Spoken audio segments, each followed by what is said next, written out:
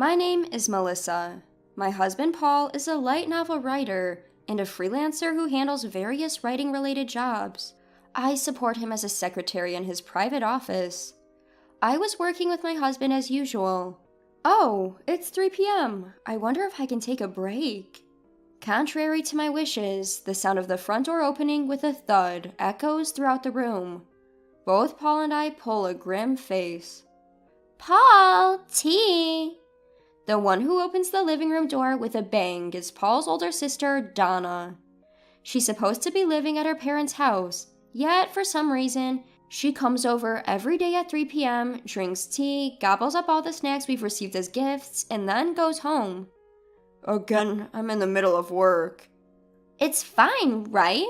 I want my tea. Are you serious? This is getting on my nerves. Who are you talking to like that? Donna slams herself down on the couch and crosses her legs. As usual, she digs into the snacks we have on hand and starts crunching away loudly. Tea, quick! It's really unbelievable. Donna, so presumptuous and arrogant, as if she thinks the world revolves around her. She's a live streamer, or so she claims, but in reality, I don't know how much she actually earns or anything detailed like that. She also says she works from home too. Hey you, you're my sister-in-law, make me some tea. This woman is trying to treat me like a maid. And because of this, Donna gets admonished by my in-laws, but it only stops at that moment. This attitude has been the same since I started dating Paul back in high school, so to me it's not a big deal. Do it yourself. Huh? Don't you dare get snarky with me. At the same time Donna shouted, the snack in her mouth scattered across the floor. Don't you dare talk back to me. You're a newcomer to this family. You should listen. I'm the eldest daughter, someone who needs to be listened to. If you don't like it, then get a divorce. I was obviously pissed off at that comment, but the one who showed frustration first was Paul. Enough, you're a nuisance. Get out. What? Wait. Paul stood up from his chair, grabbed Donna's arm, and dragged her away. Donna was making a ruckus the whole time, but... Next time, if you come in using the spare key we left with our parents, I won't forgive you. I'm reporting this to Mom and Dad. Wait, stop making a fuss. At the front door with Donna still whining, Paul put on the chain lock to prevent her from barging in again. Making sure Donna could hear, Paul immediately dialed a number on his phone. Hello, Dad. Donna came over again. Wait a minute. The sound of the door being persistently knocked echoed in the room, but after a while it fell silent, probably because Donna had given up and gone home. Paul and I exhaled a sigh of relief. Sorry to bother you again. No, it's okay. Since Donna was little, she treated Paul like a servant. Paul, with his gentle and quiet personality, never resisted, but after he started dating me and we got married, he began to show a willingness to stand up for himself. But we've been married for almost 2 years now. We've got to do something about that incessant coming and going. Yeah, she even showed up while we had guests the other day. Lately, our editor often comes by, usually between 3 and 4 p.m. One time, Donna tried to flirt with the editor while the editor came to our place and said, I'm his sister. What are your hobbies? Due to such outrageous actions, we've had to ask the editor to come by in the morning. Paul tends to get into the groove of his work in the mornings, so he'd rather deal with the editor in the afternoon. I heard from your mother-in-law that Donna comes here because she doesn't feel comfortable at home. Probably. She's like a hermit at home, and she might be lashing out at us because her parents keep nagging her. I'm sorry, I should be doing a better job at keeping her at bay. No worries, don't sweat it. Oh, remember we're visiting your parents' home to let them choose a restaurant for their 60th birthday celebration? Let's bring up Donna's issue then. Good idea. We should at least think about how to handle it. I called Dad earlier and apparently he didn't know she had taken the spare key. But they regularly change where they hide it, right? Yeah, recently Dad had hidden it in his wallet, and apparently there was a bit of a problem with that. What happened? Seems like some money was taken along with the key. What? But she's denying it, so the atmosphere back at home seems to be quite tense. Oh no. I felt a bit hesitant to bring up such a topic given the circumstances, but I really appreciate my in-laws, who have been kind to me since high school, so I have a strong desire to celebrate their 60th birthdays properly. I want to make sure your parents have a good time. Let's bring up the issue when the timing's right.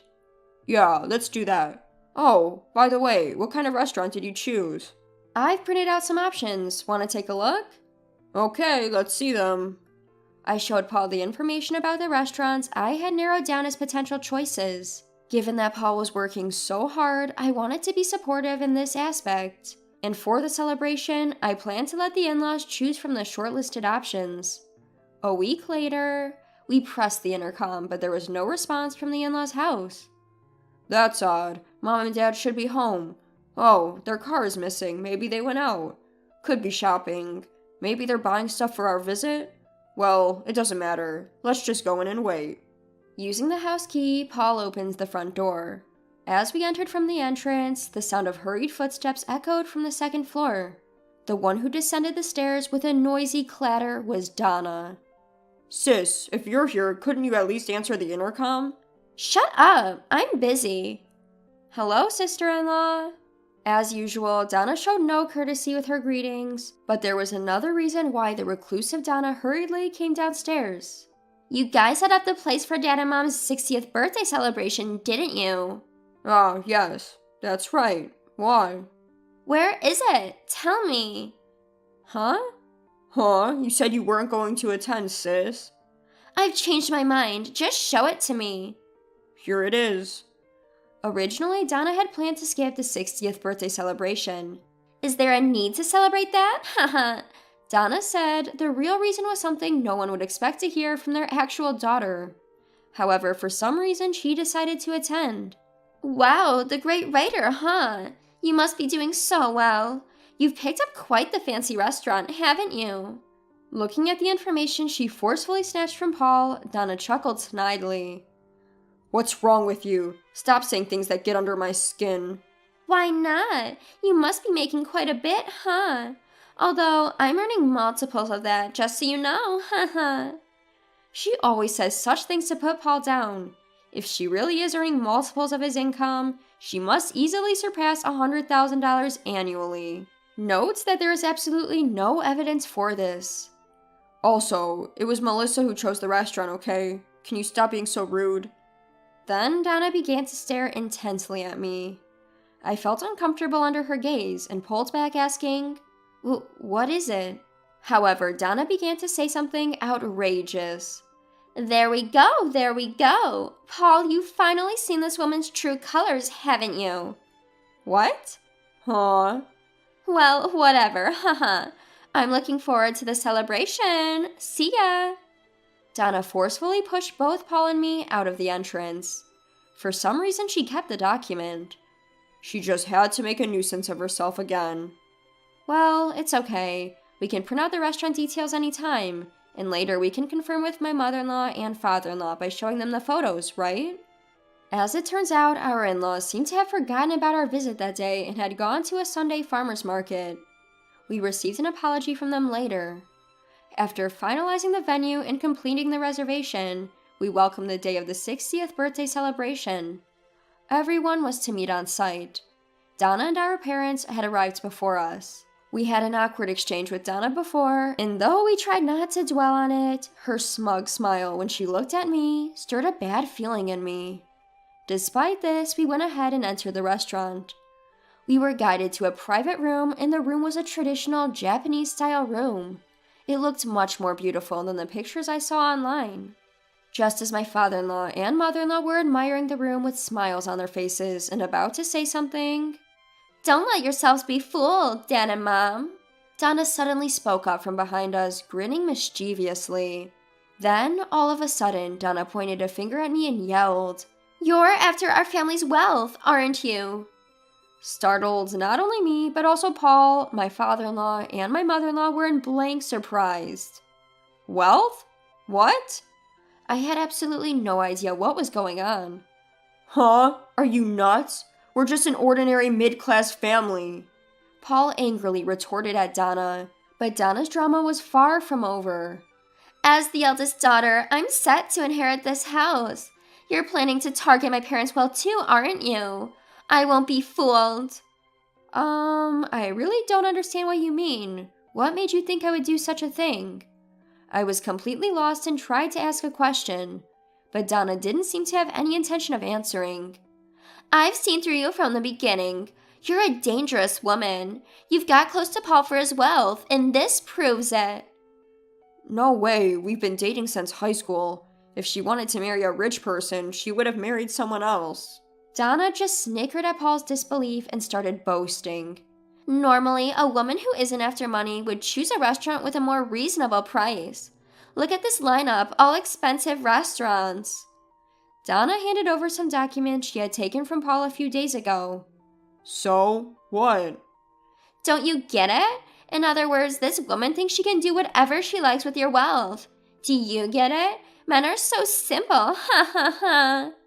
Donna burst into laughter. She didn't seem to notice us realizing how hopeless this was. So, I won't hand over the family's wealth. Paul, you understand now, right? The true nature of this woman. It's a nuisance to have her as a family member. You guys should get a divorce. Huh? This is an order from your eldest sister. For the peace and security of our house, you should get a divorce. So get out now. Don't ever come near my parents again. Donna came at me yelling. That's when Paul stepped in between Donna and me. What the hell are you talking about? Apologize to Melissa right now. Wait, Dad. What's all this about money? Ridiculous. Melissa has been helping us set up our 60th birthday celebration. You should be helping too. Instead, you're doing something stupid. No, Dad, look at this. Donna, flustered, hastily handed the documents to her father. My father-in-law skimmed through the material.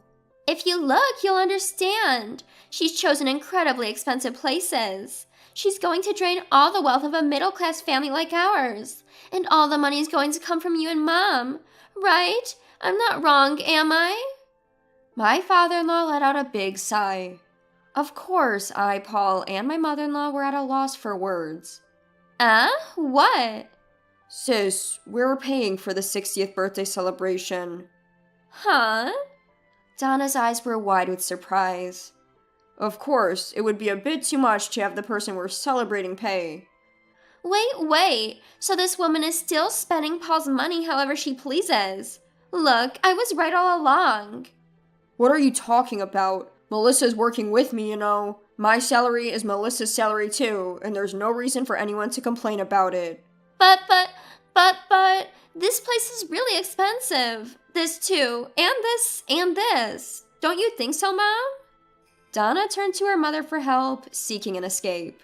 My mother-in-law stood there, head bowed. Right? Don't you think so? You understand, don't you, Mom? Listen, all these places on the list are filled with memories of your father and me. What? Donna was stunned. Melissa specifically asked us about it. She wanted to know about the places where we had our memories. And from there, she said she'd find a nice course meal for us. No way. The disrespectful things you've been saying, it's really shameful. My mother-in-law's voice was trembling. Donna was finally realizing her conjectures and inferences were incorrect, but it was already too late to rectify her mistakes, a fact she was about to become painfully aware of. You've really messed up. You don't need to stay with us anymore. Go home. Wait a minute, Dad. Why are you being so harsh? I'm your daughter. You can't just kick me out. But you were originally planning on not showing up, weren't you? Don't worry about the cancellation fee. I'll take care of it. Wait. It seems we raised you wrong. We let you have your way as a daughter, but now we've reached our limit. Leave the house. It's for the best. Don't make decisions without consulting me. Mom, what do you have to say? I agree. What do Paul and Melissa think? My mother-in-law's smiling face was terrifying as she spoke cheerfully. Donna looked at us with teary eyes as if begging for help, but I was told by your older sister not to get involved before. No, that was about my parents. Oh, is that so? Then I'll keep my distance. Please leave. You, this insolent sister-in-law. Donna tried to grab me, but my father-in-law stepped between Donna and me. Go home. My father-in-law glared at Donna and said in a low voice. Donna looked at my father-in-law's face, shrank back, and quickly left the restaurant. After that, we celebrated my in-laws' 60th birthdays and enjoyed our meal. When we got home, it seemed that Donna had been sulking at the house, but my father-in-law reiterated that she should leave. Donna cried and made a scene, so we started considering sending her to a rehab facility. "I'm not sick!" She spat out these words and disappeared somewhere. According to rumor, she found a job with dormitory, but she couldn't hold on to it and was constantly changing jobs and addresses. Meanwhile, we are working hard every day. Our relationship with my in-laws is excellent, and we continue to enjoy their company. While we were a bit concerned about what's happening to our sister-in-law, we definitely don't want to deal with her selfishness ever again. I want to keep supporting my husband so that he can focus more on his work.